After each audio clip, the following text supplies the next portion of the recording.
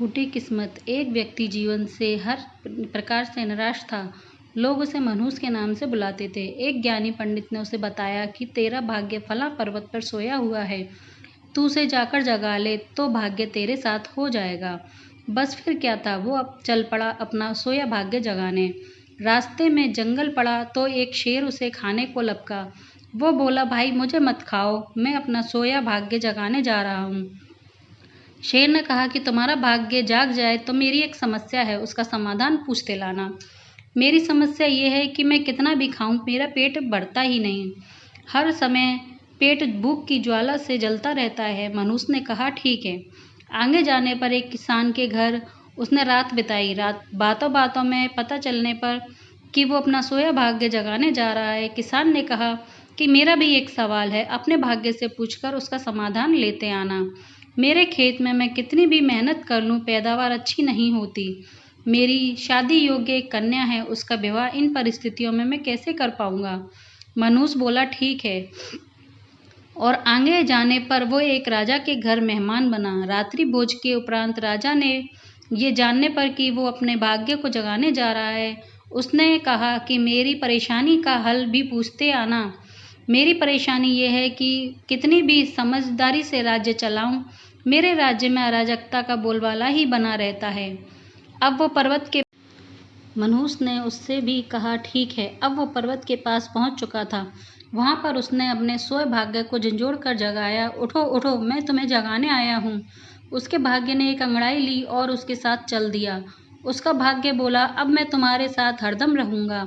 अब वो मनुष्य न रह गया था बल्कि भाग्यशाली व्यक्ति बन गया था और अपने भाग्य की बदौलत वो सारे सवालों का सवाल जवाब जानता था।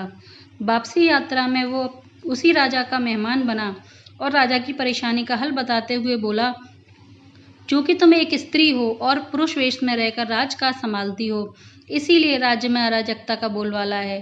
तुम किसी योग्य पुरुष के साथ विवाह कर लो, दोनों मिलकर राज्यभार संभालो तो तुम्हारे राज्य में शांति स्थापित हो जाएगी।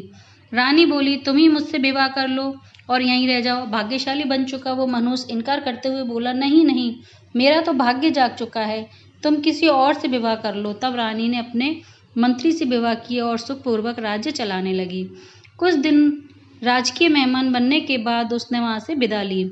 चलते चलते वो किसान के घर पहुंचा और वहां उसके सवाल का जवाब में बताया कि तुम्हारे खेत में 7 कलश हीरे जवाहरात गड़े हैं।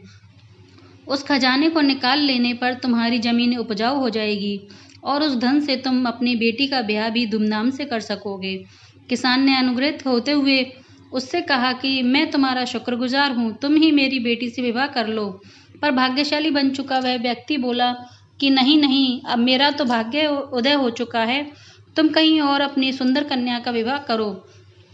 किसान ने उचित वर देखकर अपनी कन्या का विवाह किया और सुखपूर्वक रहने लगा। कुछ दिन किसान की मेहमान नवाजी भोगने के बाद वो जंगल में पहुंचा और शेर उसकी समस्या के समाधान स्वरूप कहा कि यदि तुम किसी बड़े मूर्ख को खा लोगे तो तुम्हारी यशोदा शांत हो जाएगी।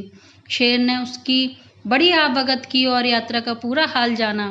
सारी बात पता चलने के बाद शेर ने कहा कि भाग्योदय होने के बाद इतने अच्छे बड़े 2 मौके गंवाने वाले ये इंसान तुमसे बड़ा मूर्ख कौन होगा। तुझे खाकर ही मेरी भूख शांत होगी।